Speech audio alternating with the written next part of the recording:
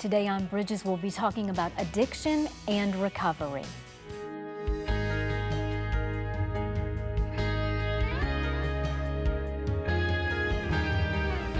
I'm so glad that you could join us today for Bridges. Today we're going to talk about addiction and recovery. And Maggie, I want to welcome you back to Bridges. Good to have you. Thank you. Good to be here, Monica. And Jamie, Harper, it's so nice to meet you and have you here today. Thank you very much for having me. Now, as I understand it, this is Recovery Month, and so we're doing this Bridges program in honor of that. Maggie, tell me about your involvement with recovery. Well, you know, Monica, I've been very candid about my story in the past. I started out self-medicating at a young age, the age of 4th grade, and it continued on into my adult years. And then I switched from addiction to codependency, which I was a crazier codependent than I ever was as an addict. So I've always had a heart for many people struggling because I recognize the signs. And our ministry got involved with Recovery Fest last year, and I served on the committee and came back again this year because we are so passionate about seeing people get free from their addictions, and whether that be food, porn, drugs, alcohol, whatever the case may be. Yeah. And freedom is something I think that all of us want, and yet there are many people trapped in all different kinds of addictions. And thank you for sharing, Maggie, that you had your own personal experience and story, because that's very helpful to know. And Jamie, it's good to have you. Tell me a little bit about your personal story with addiction and then what work you're doing now. Well, I was introduced to alcohol and cigarettes whenever I was 11 years old. And I had started experimenting a little bit with marijuana as well. By the time I was 13, I was smoking marijuana on a regular basis. Did you know at that time that those weren't good choices, that was wrong, or were you just kind of taught that that's okay? I was taught that it was okay, and the influences that were there were very heavy in my life. That had to be frightening. I mean, were you not afraid to try those things, or? I really looked up to those who introduced it into my life, and if it was okay for them, I just assumed that it was for me as well. And did it, starting out that way with drugs and with alcohol and that sort of thing, did it lead to a full-blown addiction? Yes, it did. My drinking and drug use got extremely heavy. By the time I was 16 years old, I was a blackout drunk. Does a blackout drunk mean that you drink so much that you pass out?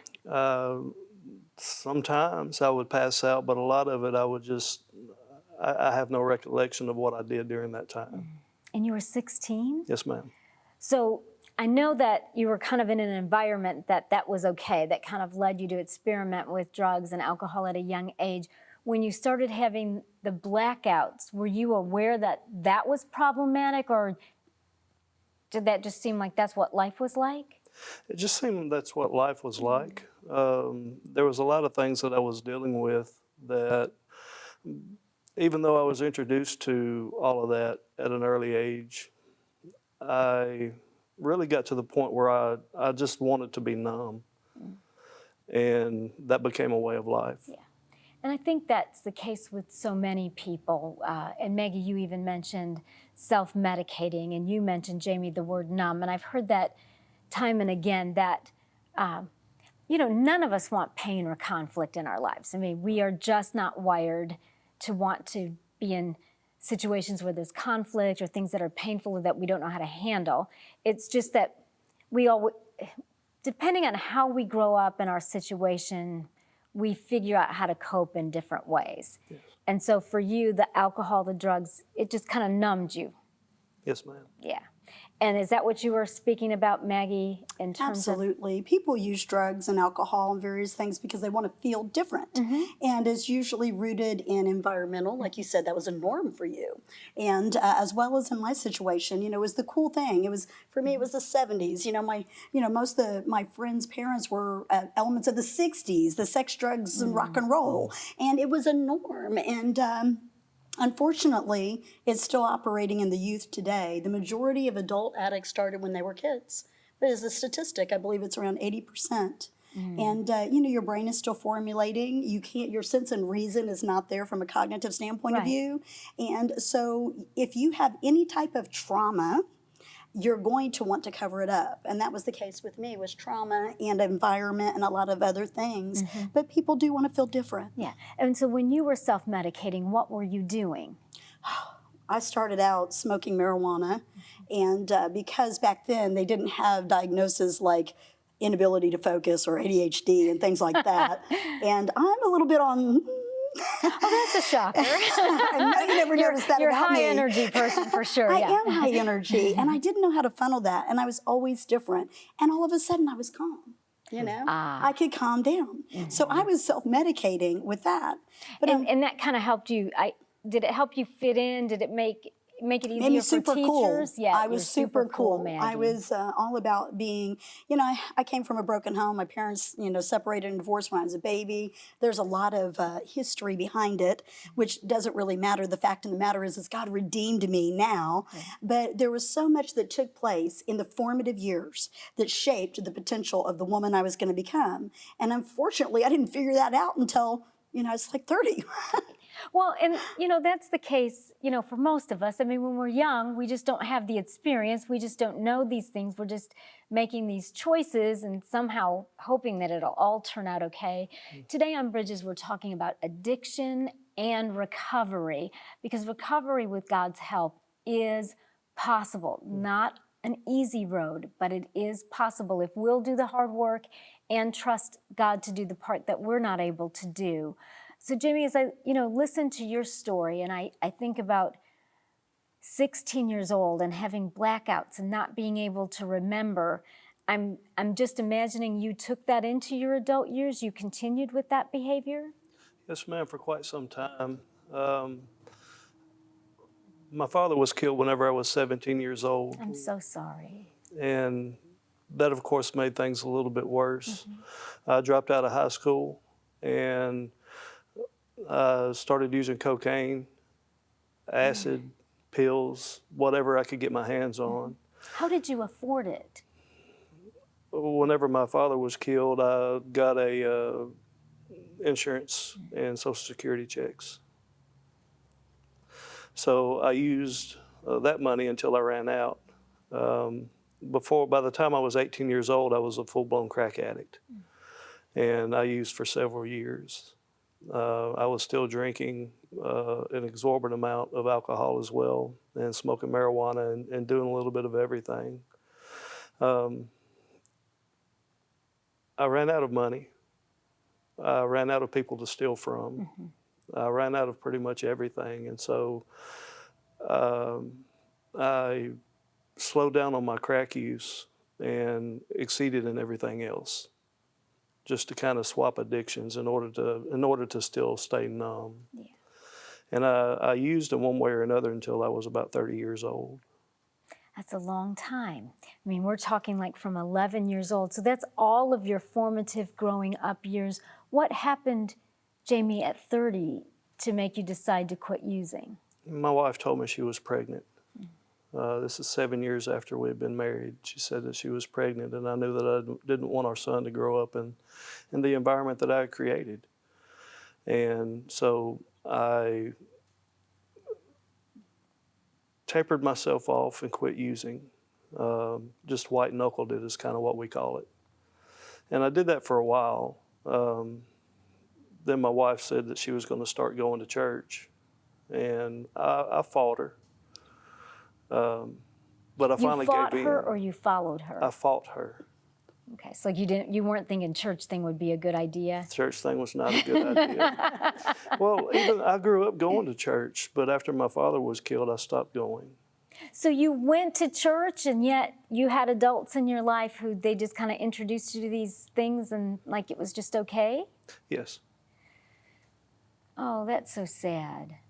It happens. It happens a lot. It happens a lot where people believe one thing and live a different way. And we've all done that in some shape or form. So what happens when you start going to church? Well, I realized the peace that I've been searching for my whole life, I can never produce within myself. And I can never find it in a substance, and I can never find it in any person, place, or thing other than God. And He allowed me to find the peace that I was searching for the whole time. Yeah, it's like you found some freedom at 30. But when you really found out about Jesus Christ, you found that final peace, that eternal peace. That peace that passes understanding. Yeah, that is an amazing story. And I hope, Jamie, that it encourages people as they watch today that even right now, if you've got a family member that's trapped in addiction, or if you are, and it might be a secret addiction, other people may not know. And sometimes we all get to a place in life that we feel like this will never change. This is bigger than me. This is how it's always been. This is running my family. We all hear those things. We sometimes believe those things, but recovery is possible. That's the whole point of this program. It's not always easy. And Maggie, maybe you can, before we take our first break, address that. Is it easy to find and live in recovery? Well, I think Jamie alluded to the fact of what the real chain breaker is, and that's Jesus. That's the only thing that got me free. There was only so much that I could do in my own strength. And apart from that, I couldn't really get to where I needed to be. But for the most part, absolutely. We've got to have Christ-centered. We've got to have that intervention. If not, we go through the motions, and sometimes it's short-lived. And like Jamie said, we change one addiction for another. Yeah, and even with Jesus' help, I think, just to be honest, Jamie, don't you think it can still be hard? There are still temptations. There's still old habits that you could go back to? There are always temptations, and there are going to always be temptations. For me, it was getting to a place in my life where I was able to look for those temptations and to have a place in my life where I wanted a way out. Yeah, he promises to give us a way out, but we have to really want that, and we have to just learn some of those pieces, and we can talk about that in just a moment. Right now, we've got to take a break. We want you to stay with us here today on Bridges. When we come back, we're going to talk about how to find and live in recovery. Don't miss another episode of Bridges. Subscribe to our YouTube channel today, where you can find all of Monica's latest teachings and interviews. It's easy to do. Just visit youtube.com, search Monica Schmelter, and click subscribe. Once you are subscribed, click the bell icon to get notified when a new episode is available to view. Thanks for watching Bridges.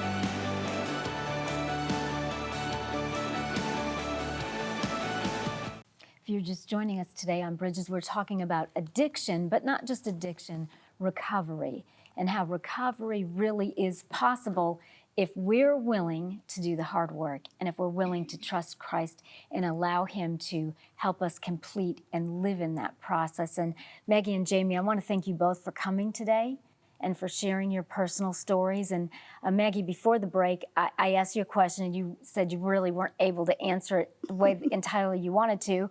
We've got this thing, timing in TV, but try your best, if you can, to give us the answer to that question about finding and living in recovery, and whether that's hard or not. Certainly, certainly. There is, everybody is in recovery of something. Maybe it's grief, maybe it's, food addiction, maybe it's porn. Regardless, any habit or hurt that you have is going to cause you to need to clear that up to be able to walk in the fullness, in my opinion. So with that being said, me personally, I never sought out recovery from my drug addiction. I didn't know the Lord back then. I did it because I became a mom. And it's like moms don't get high, So I quit doing the hard drugs, cocaine, acid, pills, whatever I could get my hands on, similar to your story, Jamie. But I continued to smoke marijuana for many years because I justified it, because I was using that to have a normalcy in my life. And really there is no normal. It's the cycle on the washing machine. And it was my ex-husband's addiction that drove me to get help. And so sometimes some of the ways that you might think someone would get help in recovery, it's not necessarily the route that is chosen. I do believe, had I not gotten involved in a program called Al-Anon, trying to fix him, because see, I was okay. I just had to fix him, okay? And everybody else around me. And had I not gotten that program, I would have continued back into the cycle of drug addiction. So it's a very vicious thing whenever we say, well, I'm recovered. We have to be careful, because the enemy will always bring a substitute of something else. I went from addiction to drugs to, just moderation. You know, I was a responsible drug user, you know. I mean, I would go to the PTA meeting and then go home and smoke a joint. And then I would, you know, went into personal development, and all of those things were steps along the way. None of it was easy, but every bit of it was necessary. Yeah, and you know, anything that's worth it probably isn't going to be easy. Right. And you know, there are moms and dads and teens and all kinds of people that are watching, or that they know people who are moms and they are snorting cocaine. And Yes. there are all kinds of people that are sitting in church and smoking pot because it relaxes them. You know, there's all of that. And I mean, that's the reason that we're doing this Bridges program, is not to point out people's sinful behavior, but to point out that there is hope. Yes. You know, if we're interested, if we're open for that, if that's something that we think holds value. And Jamie, you know, you've described years of addiction, being a blackout drunk, you know, really out of love for your son, wanting to change all of that, and then your wife having that moment to want to start going to church. And now you're working in a field of recovery, helping people that are trapped, really just like you. So I would love to know about that. It's been a long process. I did go back and got my GED. Congratulations. I've also got a degree in electronics engineering. Congratulations. I've also got a degree in psychology and Christian counseling, and I'm in the master's program for clinical mental health counseling now. That's amazing. So recovery is real, and there is hope. The process can take a long time. It has for me, but I love the process. I know I'm not where I'm going to be. Even 5 years from now, I'm going to be better than I am now. And that's true for all of us if we want to grow in Christ, even if we haven't had an addiction to an illegal drug or something like that. Hopefully we're all, as we obey Christ and reading His Word, are going to be better people in 5 years. I just want to be able to help people, because I've talked with people have called our prayer lines. In my personal life and experience, that people think, well, when it comes to drugs, just say no. And then I've heard people say, you know, but I'm so steeped in this lifestyle, like it's just not as easy as saying no. So what would a person like that do, Jamie? Well, we have to have the willingness and the understanding of what's going on to be able to get clean. And sometimes that comes from external motivational factors. Sometimes it comes from within. But just to stop doing what I'm doing, it's not that simple. It takes a process. Recovery looks different for different people. Right. For some individuals, they need to go into treatment. For some individuals, they need a 12-step program. For some individuals, they need a hug. They need acceptance. Yeah. And one of the things that I see is we look at addiction, and to me, the opposite of addiction is connection. Yes. And I don't know of a better connection than I can find than within church. I don't know of a better connection than I can have than with God. Amen. And without that connection, I don't know how long I can stay sober. Right. Right. So in my job, I love the position that I'm in, is because I get to go in and help reduce the stigma within congregations and within communities pertaining to addictions and mental health. Yeah. I'm so glad that you said that word stigma. Because there has been, and I hope that it's not as bad as it used to be, but there is that stigma in some congregations where, you know, those are the addicted, those are the druggy people, that's this, and gosh, we're so blessed because we're not like that. And I don't think that's how any of this works, but tell me where you work and how you help congregations to really be recovery friendly. I'm the faith-based community coordinator for the Middle Tennessee Grand Division, and I work through the faith-based initiatives. I'm contracted through the Tennessee Department of Mental Health and Substance Abuse Services. And through that, I get to go in and educate congregations. A lot of congregations have the desire to help, they just don't know how.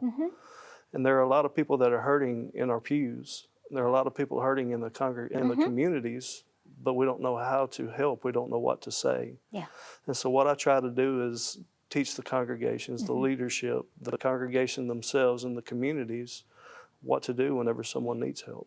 I would like for you, if you could, to just give us some highlights of what that looks like, because there may be some pastors watching, there may be some family members watching that are like, we need Jamie to come to our church. We want, a lot of people want to do the right things. I can remember definitely a time in my life that I really just thought when it came to drugs, if you just prayed hard enough, like it would just all go away. And I've learned since then, of course we need to pray, but that's not all we need to do. So could you give us some highlights, Jamie? Well, one of the things that we would like for congregations to do is to become certified recovery congregations. And it's a simple application process. So you can actually go to tn.gov. You can do a search for certified recovery congregation application and fill out the application. And that's one of the simplest things that you can do. Mm-hmm. But what would that mean? So if you get that certification, what does that mean? That means you're placed on our list, and not only can the congregations use us as a resource, but we can use the congregations as a resource. I have people call me all the time that are looking for food, individuals who are struggling with addictions, the family members who are struggling with a loved one who is suffering with addictions. And they need food, they need shelter, they need clothing, they need a group to get in, whether it's a men's group or a women's group or a recovery group. And if I know what the congregation has, I can actually direct people there. Right, because you're working with people who are firsthand as a family member or personally going through that situation. And if someone calls in and say, hey, I have a loved one who needs to get into treatment, we can help navigate that process for them. Yeah, that's pretty amazing. Are there trainings that the congregation would need to go through? There are trainings that the congregations can go through if they would like, but not in order to become a certified recovery congregation. Yeah. And is the need pretty big right now? The need is huge. There are over 12,000 congregations in the state of Tennessee alone, and we're just now getting up to close to 500 certified recovery congregations. Wow. We have a lot of work to do. There's a lot of hope to offer. Yeah.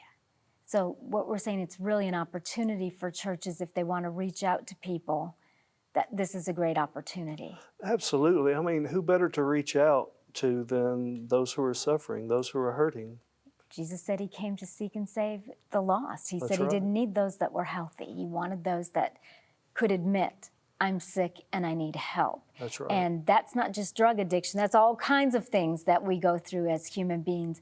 Maggie, how about you mentioned your ministry that you now have that's really birthed at least partly out of your personal experience with addiction. Yes, absolutely. It started out as counseling. I think in life, those of us that become counselors, and Jamie, you could probably agree with this, we go take psychology and we go take all this stuff because we're trying to figure ourselves out. And so once I, got a little bit of knowledge about how messed up I was, I decided to start helping other people. But the thing I seen time after time, whether it was women, whether it was their kids, so forth, there was so many lines of addiction. So I got involved with the faith-based initiative through Dr. Monty Burks, which I believe is probably your boss, maybe, is that right? He is. And a wonderful guy. And had an opportunity at our church, because being in the church and being in counseling over the years, I've seen so much where we put on this mask and we're like, hallelujah, amen, everything's wonderful. And if you say, I'm struggling with alcohol, or I'm struggling with porn, or if I'm struggling with anything, it's like, well, sister, you just don't have enough faith. Right. And so when I got connected with these guys, I'm like, oh my goodness. So, what Jamie was saying as far as the churches getting involved, this is huge, because people heal in community. And people also have to know that it's a safe place, and people are going to be they can be transparent, and they're not going to be judged. And so as we love people into the kingdom, we also love people into recovery, because it gives them the tools and the benefits of having the resource. That pastor, by becoming a certified congregation person, does not have to know everything. He's got all of the resources on a thumb drive. Someone comes into his office and so forth. So our ministry, we bridge that gap between the faith-based community and what the government's doing, but our main focus is the teens, because that's when I started, that's when you started, everybody I ministered to, that's when they started. So our long-term goal at moving forward is to start a recovery high school per se, a Christ-centered place where kids can go when they get out of detention or they come out of recovery, where they can grow and get strong while they're taking those baby steps. Unfortunately, we don't have the finances for that. That's a huge undertaking. However, we have been operating on the cloud, and I've worked with kids in Texas and Jersey and Florida and Indiana with their families to bring recovery possible through life coaching, through goal setting, and be a support system to their current recovery program. It was the one thing that I've really heard both of you say that is exactly the same, is how important community, how important having a support system, that when we've taken that step into drugs or addiction or whatever, that part of the healing is being able to have support and being able to have community. I want to thank you both so much for coming, for sharing your personal stories, and for sharing your work with us as well. Thank you. Thank you, Monica. Stay tuned. Monica will be right back with closing comments. Welcome to Bridges. I'm Monica Schmelter. I'm glad that you could join us today. All of these different people united on the same team, praying for each other, blessing each other. And it was that hope and that faith is why I survived. When my dad was preaching for a youth revival, and I don't know what happened, still I can't believe it. I was the first person who stood up and walked down the aisle. He gave me my first Bible, and he opened a window in my life to Christian faith through Jesus Christ. When you want the Lord to speak to you, it's like you don't know what he's going to tell you. If we'll be just that one that could step up in faith to say, God, I just trust that you have better than this. No one else can tell you what you need except God, because he loves us. We're his children.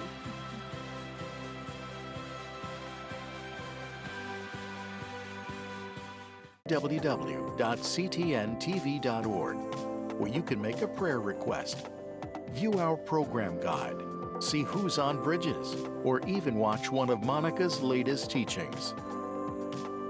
Log on to www.ctntv.org. Do you have a ministry or business?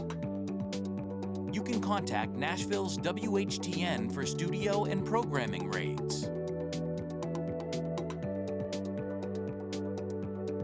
Visit ctntv.org/studio or call 615-754-0039 for more details.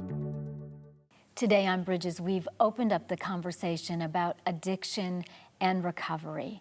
And it is so hopeful to know that recovery is possible. At the same time, addiction can really be a struggle and is a life-controlling problem for so many, whether it's drugs or it's alcohol or something else. And there can be concerns that we all have about a person's safety, about potential legal issues, about the quality of life, all of those things. And as Maggie and Jamie shared today, recovery is possible with God's help. But recovery isn't always easy. It's a process much like most things in life. But I believe that if we're willing to do the hard work and do our part and pray and ask God to do his part, that recovery and living in recovery can be a reality. We're out of time. We've got to go, but we say goodbye and God bless you.